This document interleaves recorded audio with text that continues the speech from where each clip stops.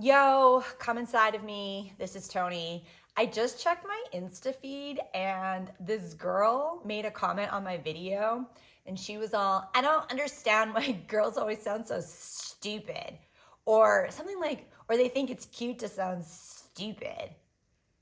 Definitely referencing me as sounding stupid, do not resonate. I mean, maybe I have to go do some deep internal reflection on the timbre and tone of my voice and analyze whether or not I do indeed sound stupid. Like, is this girl reflecting a truth upon me of which I am not aware of? Am I using vernacular or perhaps a tone of voice that makes me sound stupid? Or maybe she's just a big stupid cockahead. Maybe that's what's going on with her. Also, I am going to start uploading these pods on YouTube. I think I've uploaded like 2 or 3. I've been pretty laissez-faire about it. And it's a new channel, so I think they have like a total of 6 views. So go to my YouTube and just like put it on the background while you fart or something. Because I think I need to build some views over there and I need to get paid. I need to get some money coming at me. And I think YouTube pays, but truly YouTube pays if you like, I don't know, have a million bajillion people. So I don't know. Let's see if that can happen for me. All right. Oh my gosh, it's 1, 2, 3, 4, 12:34. It's Wednesday. It's hump day, dry hump day. Hello. Remember my own branding. I will. I also, a little, I don't know, seduction to get you to go to the YouTube channel. Am I sounding stupid now? Is I'm wearing a very big t-shirt. It's actually a sick t-shirt. It's a Tool t-shirt, but it is like a triple XL. It's a really good one though. All right, let's talk about dry humping on a Wednesday. Today, I want to talk about peaceful versus violent resistance. Because I don't know if you are alive and noticing what's happening on the planet Earth right now, but there's a lot of resistance happening. It is the week of Dumpo Trumpo's birthday. He will be celebrating his birthday on the 14th. And obviously we have all these ICE raids happening. And then of course, Greta Thunberg. Greta Thunberg was kidnapped. She's been released. Greta Thunberg, am I saying that right? She's a controversial figure. I think a lot of people think she's a psyop because she was given a platform to talk about the environment. And I think there is a general fear that people talk about the environment in order to embolden corporations with, you know, some sort of greenwashing environmental agenda that would look on the outside as if, oh, this is good for the planet, la la la.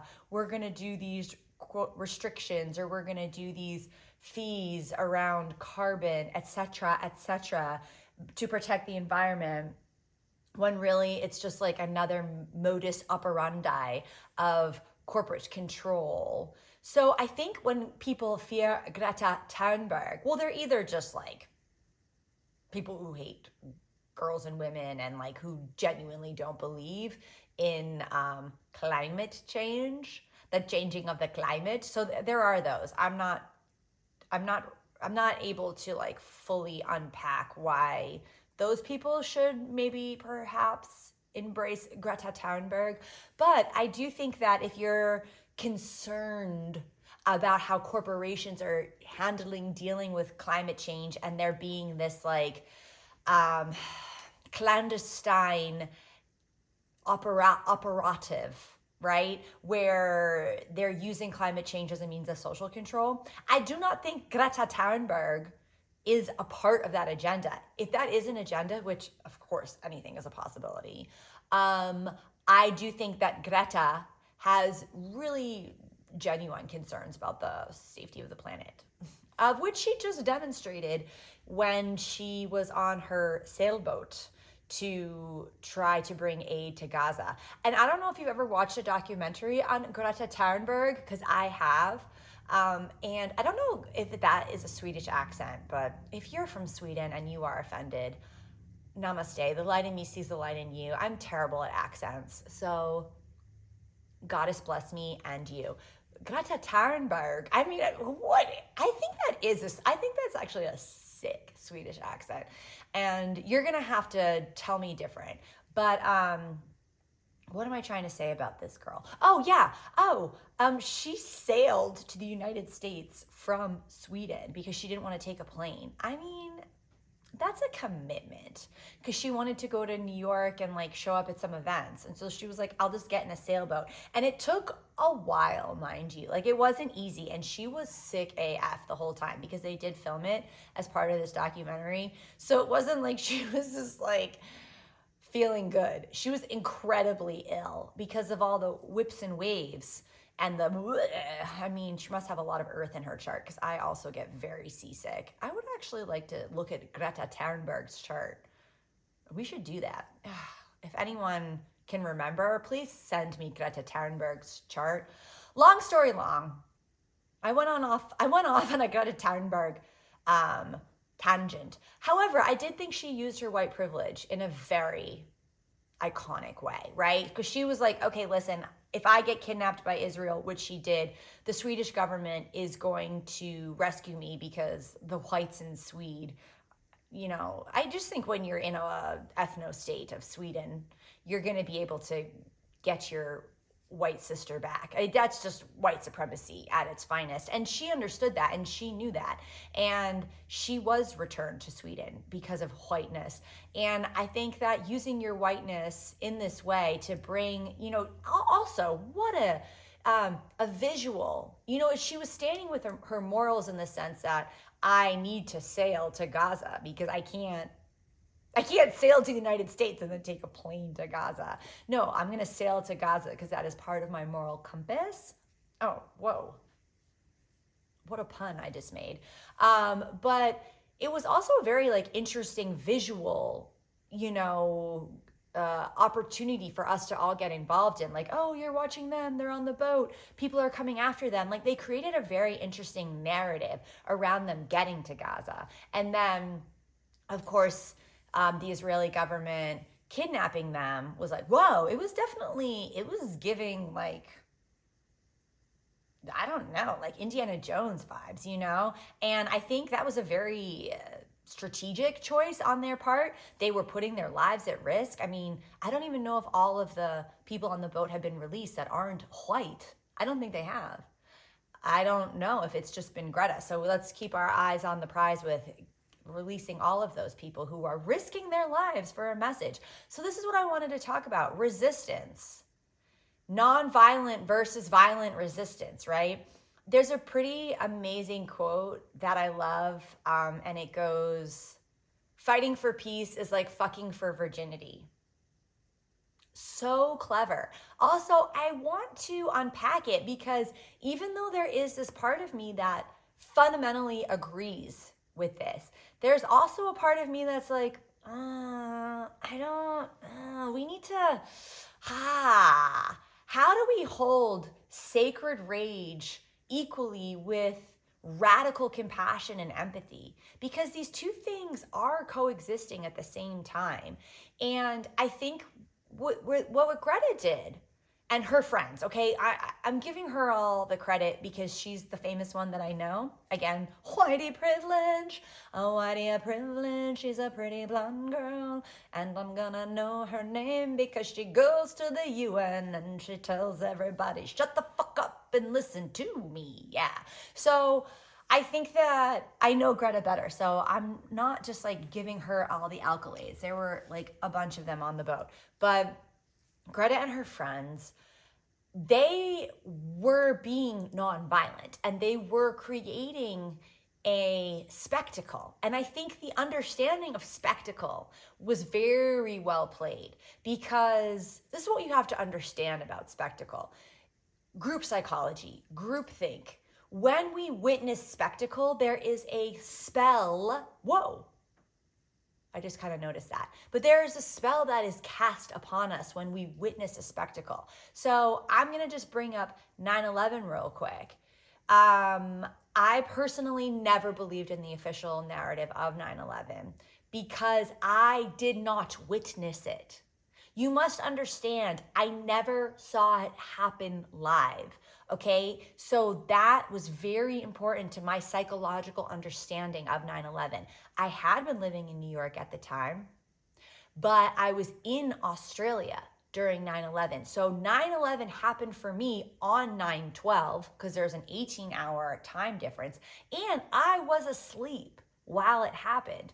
So I woke up to 9/11 being over for a couple of hours even because I need my beauty sleep. So when I saw it, I never experienced the collective global orgasm of people watching the second plane hit, right? So the first plane hit, everyone's like, what's going on? What's happening? Everyone goes and turns on the news, and then they all watch the second plane. That's why two planes happening within that time period of like having some distance. It's not like both planes were like bada bing at the same time, which aesthetically would have been more interesting.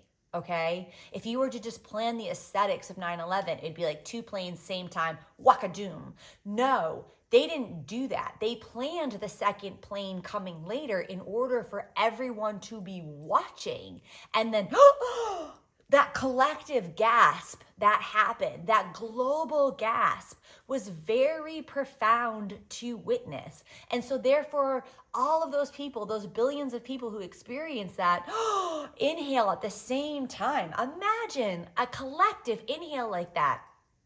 That's never happened before. I mean, the only time it comes close is perhaps during the World Cup when like a big goal happens or something, because I think that is the most globally witnessed event, the World Cup. But besides that, 9/11, that was the most people watching something, inhaling at the same time. Imagine the profundity of that, the collective spell that was cast in that moment. So when you have group psychology, when the group is experiencing and witnessing something together, there is mass manipulation that takes place. Do you understand what I'm saying? So the Greeks understood this deeply. I've made many videos about this, but I'm just going to break it down for you really quick. When the Greeks had their plays in ancient Greece, every single person had to come, even though not every single person in ancient Greece was a citizen. The only people that were citizens were the men. Yeah? So there were slaves. Well, I guess they were male slaves. Landowning men. Excuse me. It was landowning men, okay? So the only citizens were landowning men, and then they were slaves, and then there were the women, and then there were the children. But everybody had to go to the theater.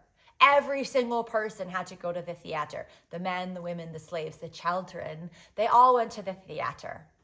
Because the ancient Greeks understood the impact of mass manipulation through spectacle. So how did they get everybody wet for war? The theater. That's how they did it. How did they get people, oh, we're going to go to war, Sparta, ah! They did it through the theater. Then the women supported the war. The children supported the war. The slaves supported the war. The landowning men supported the war because they all got manipulated through the spectacle of the theater, where they'd all get riled up. Because there wasn't a lot to do in ancient Greece. I mean, hello, so many stars to count. That's why they're always looking at constellations. We don't even see like a third. We only see, I bet, like 1/10 of stars. Not even. Look, I'm just saying words I don't know. We don't see all the fucking stars, is my point. The ancient Greeks, without all their light pollution, they were looking at stars. So, okay, they had stuff to do at night. They could look at fires. Then they were having their like Eleusinian mysteries where they were like getting fucked up and they were like talking about gods and stuff. But the ancient Greeks were a little bored. So when they were getting together, maybe I do talk stupid, but fuck that bitch. Whatever. My point is spectacle. So spectacle is a very impactful way of mass manipulation. But when I think about dissent, we are facing a question of violence versus peace. And how do we reconcile these two things? How do we have a genuine revolution that is purely peaceful and purely love-based when you're dealing with a very violent regime. I mean, they're just going in taking children from schools. They're going in drinking adrenochrome and doing their weird satanic rituals with the celebrities. I mean, some dark, dark, dark energies are happening. And I like to think that all the darkness is because people were just hurt and they've been pulled into darkness over time, and that we all have darkness, dark potential within us, and we can't separate ourselves from the darkness, right? We can't be like, oh, those people are dark and I'm a being of light. No, we are all beings of light, even though some people really do seem dark AF. I don't know, I haven't fully reconciled it, but I do think we are all beings of light. Like, I stand by that. I am confused when someone is just born a murderer. I think it's like part of a very violent culture. I think those people that are just like murder city, they are manifestations of the collective violence. It's like we are all embodied energy. You know what I mean? It's not just like, oh, you're just a good person because your morals are like, oh, and no, that's so self-righteous. We are mirrors of the collective. And I think we have to be open to the fact that, oh, whoa, I'm really like looking at a doll mirror right now. I almost want to go get it for you, for my YouTube people, all 6 of you, goddess bless. But you know what I mean? So I think we can't, it's like I did a video about Ice Baby, or like, did I reference like murdering Ice and politicians? Yes, I did. Yes, I did do that. But it was a joke because I am not going to murder anyone. But some of y'all were like, yes. And some of y'all were like, no, you can't say that. That is like, let's not normalize murdering people. But I'm like, hello, they are murdering people. Like, the murder is ubiquitous. The violence is ubiquitous. So for me to mention the violence against the violent perpetrators as a joke, is that really what's offensive, or is what's offensive the violent perpetrators? So I got kind of like salty about that. But then I was like, I also kind of get it because I am making a joke about murder, and like, is that the vibration I want to put into the world? I don't know. But then the very next day, I did another video where I was like, okay, let's be empathetic towards Ice and blah, blah, blah. And let's like try to understand their context in a deeper way. And they're all humans. And then people were like, fuck Ice, they're not fucking humans. You're a fucking idiot. Blah, stop doing that. And I'm like, wait, either spectrum that I'm presenting to y'all, you both are rejecting. You're rejecting them both. Okay, so I can't please everybody. And as a perpetual people pleaser, I give up. I can't fucking do it. So my other point to you is, oh, now I'm seeing, what is that? No, I think it's a vulture. I have been seeing a lot of bald eagles lately. Not to brag, but bald eagles, they like me. They're into me. I know I went on and on about how woodland creatures aren't really like that interested in me, but the bald eagles are. So I think my point is that what the fuck are we gonna do when we have such violence being enacted upon us? Like, can we really create systemic change purely through peaceful, empathetic, radical, compassionate protest? Or is violence a part of violence? Because, I did watch a pretty interesting video about revolution. Okay, I guess this is the problem, right? Is that when you let a vibration pull you down, right? The vibration of violence. And so you're combating violence with violence. It is bringing you into the vibration of violence versus you bringing the vibration of violence up to radical compassion. So... But okay. Look, I haven't figured it the fuck out. We're talking about it, all right? So don't get mad at me if I don't have a perfectly formed thesis. I'm going to mention something to you called Spiral Dynamics. It is a book that was written, I don't know, in the early 2000s. And what Spiral Dynamics talks about is that there's different levels of communication. And so I think they like color coded or something. And imagine like a spiral staircase going up. So if you are in your more like protective mode, I think they called it like a lizard kind of consciousness, not like the ruling lizard elite consciousness necessarily, but you're more in your back brain. You're in a state of fight or flight. You don't have security. You don't have safety. You're kind of like on edge from a nervous system standpoint. If you are in that state of mind, in that more like back brain thinking, if I were to, so like you're like, imagine yourself at the bottom of the stairwell. And this isn't about hierarchy, okay? So let's not like think of it as a hierarchical thing. Let's just think of it as like a safety thing, all right? So you're at this like bottom stair. Wait, I hope my computer didn't stop recording. Sometimes it just like, okay, it's like goes to sleep. Ugh, I wish I had a tech person. I'm so sick of being my own assistant. Being my own assistant is a fucking shit show. All right, so you're at the bottom ring.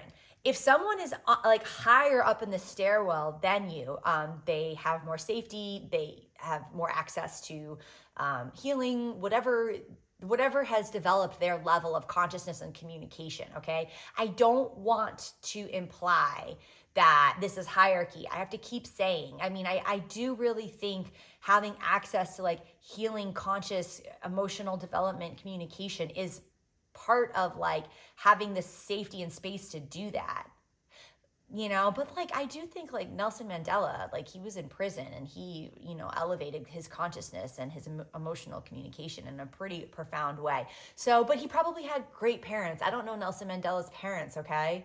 Maybe we should meet them, or they're dead, but like maybe we should research them.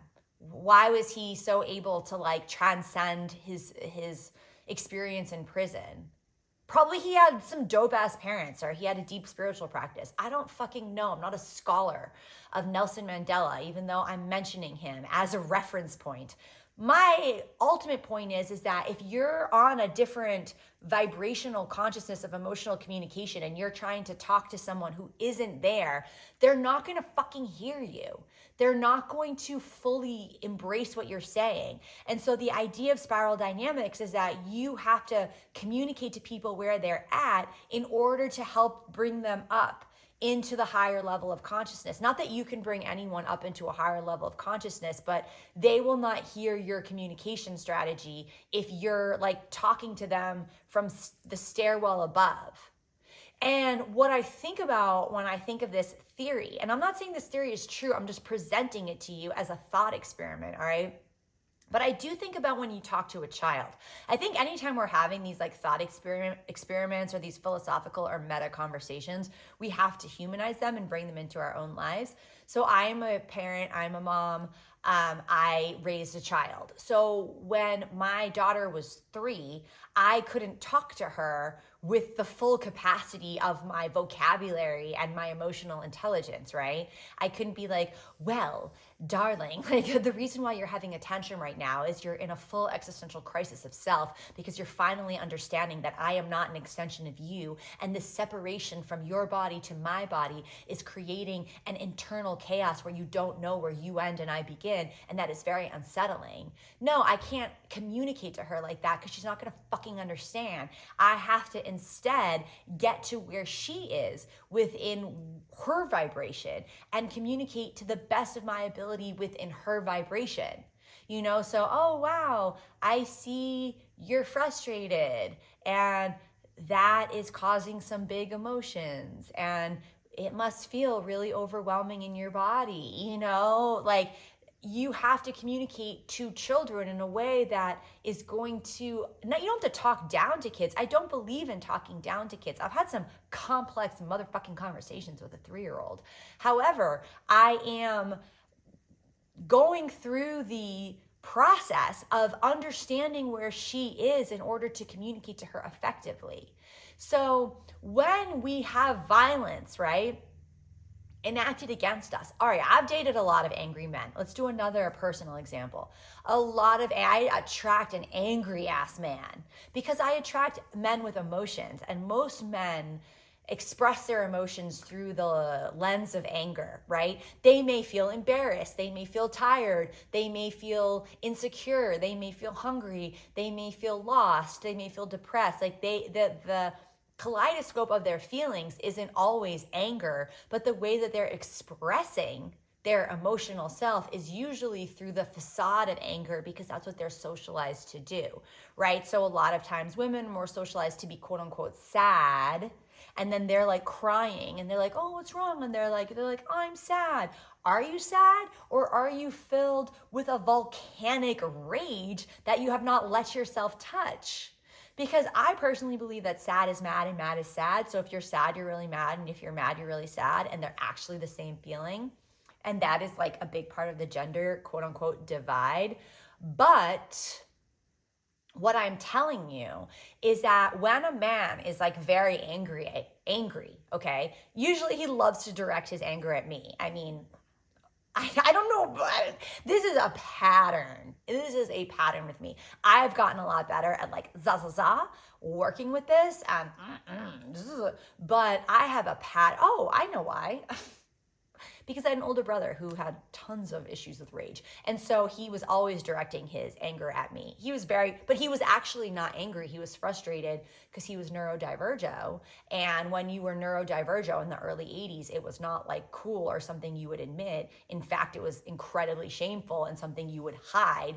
And so my parents were always trying to like help him be quote unquote normal in order for him not to be ostracized socially and through the academic world, because you would truly be put in like a quote unquote special school if you are neurodivergent. So his neurodivergence was, it was scary and it was disorienting for him. And it was something he had to like hide and negotiate and navigate and mask and all these things. So when he was at home, all that frustration was coming out at me because, well, there's also sibling dynamics. I could do a whole podcast on sibling dynamics, but I was the emotional punching bag for his frustration / anger. Therefore, I have a very high tolerance for male anger. And because I have a high tolerance for male anger, I'm pretty patient and I attract it. It also does not scare me. Because I'm so used to it. Yeah. So a guy coming after me verbally or physically, I mean, it probably does scare me, but I've built up so much of like a tense resistance against it. I'm like, my conscious self is not scared. I've had a lot of men attack me and I am like, yes, this feels familiar. So long story long, because I have that imprint of male anger, I am comfortable around it. And when a man gets angry towards me or is like expressing his anger at me, the way I deal with it is I will become ferociously angry myself. Do I actually feel anger at that moment? Not really. Affirmation. Every time I don't even know if y'all hear my watch beeping, but when it beeps every hour because it like helps remind me that I am on this planet and I am alive. It like grounds me in a beep. Also probably is a psychological torture that I'm not aware of and like making me too attached to time, and time is an illusion. So maybe I need to like not have my watch beep at me, but whatever. The watch beeped and I believe it's an affirmation. But my point is that I perform anger.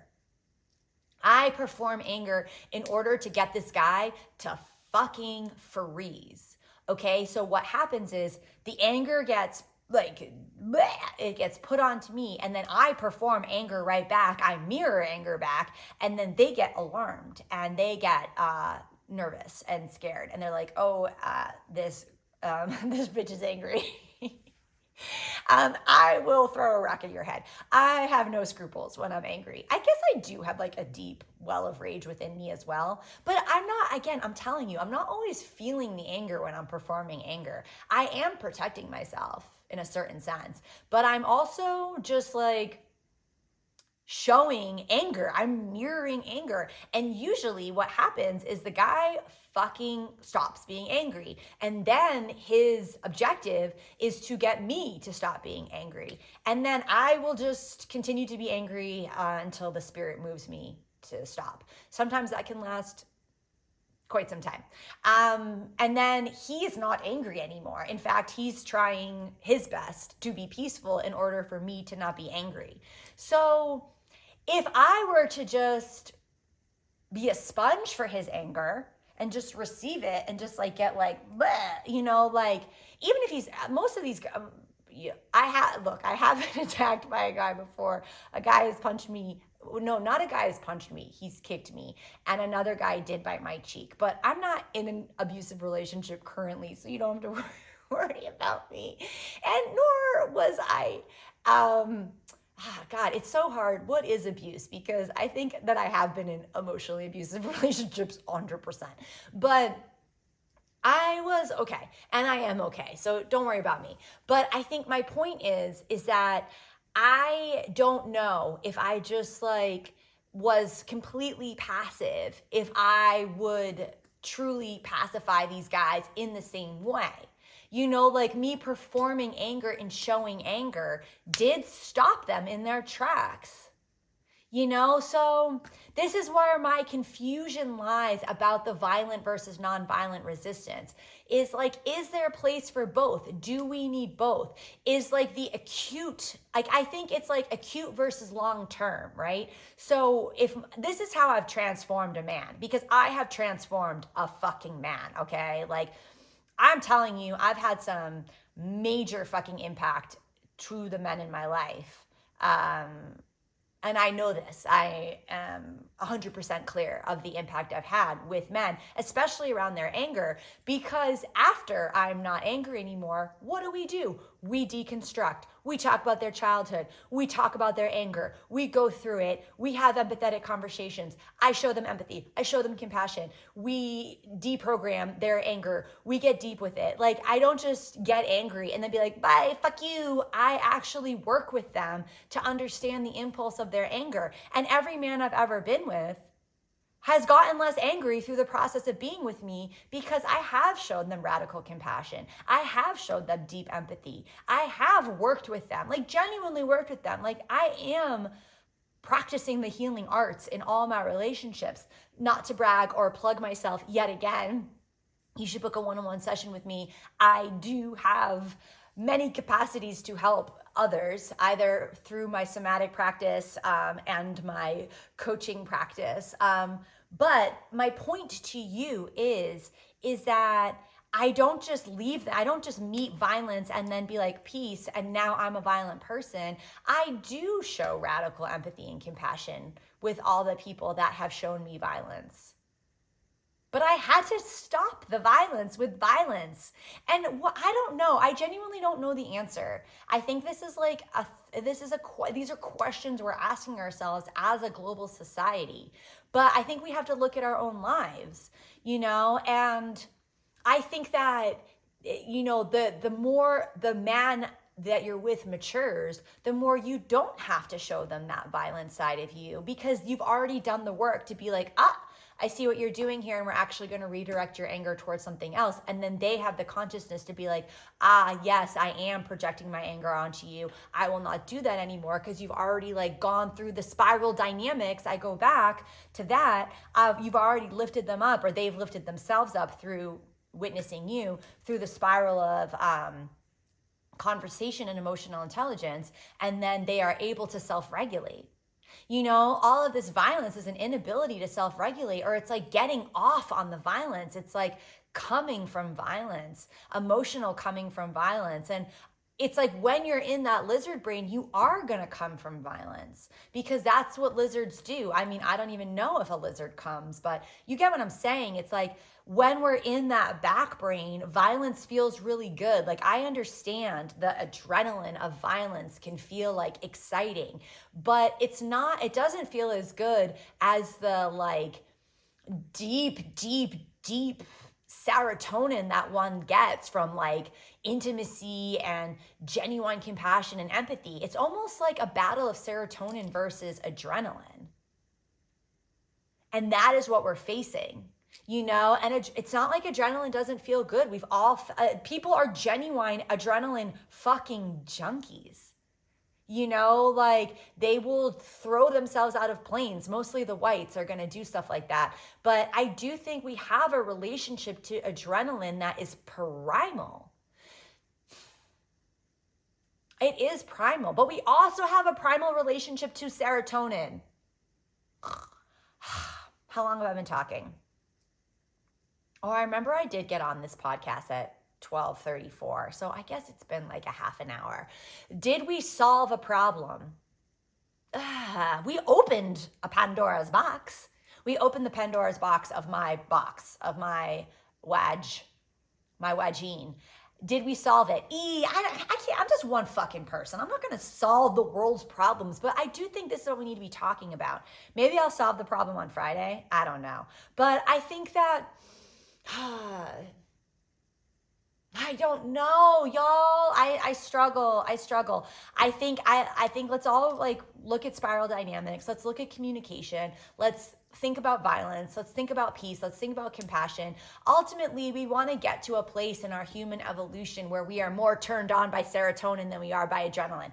Okay, that's where it fucking is, right? We need to be more turned on by intimacy and connection than we are by adrenaline and violence. And that is a collective fucking effort because energy is collective. That is how we spread. We spread STDs and we can spread compassion and empathy, all right? We spread viruses. We can spread a deep fucking turn on through connection and serotonin and intimacy. Yes, we can. Yes, we can. Yes, we can. Happy Pride Month. Happy Pride Month. I am sending everybody a happy Pride Month. We're halfway through and it's been pretty violent and I don't like that for Pride Month. But we should do one on Pride on Friday. Maybe that's what I should talk about. Okay. Please remember Mondays. Ask me anything.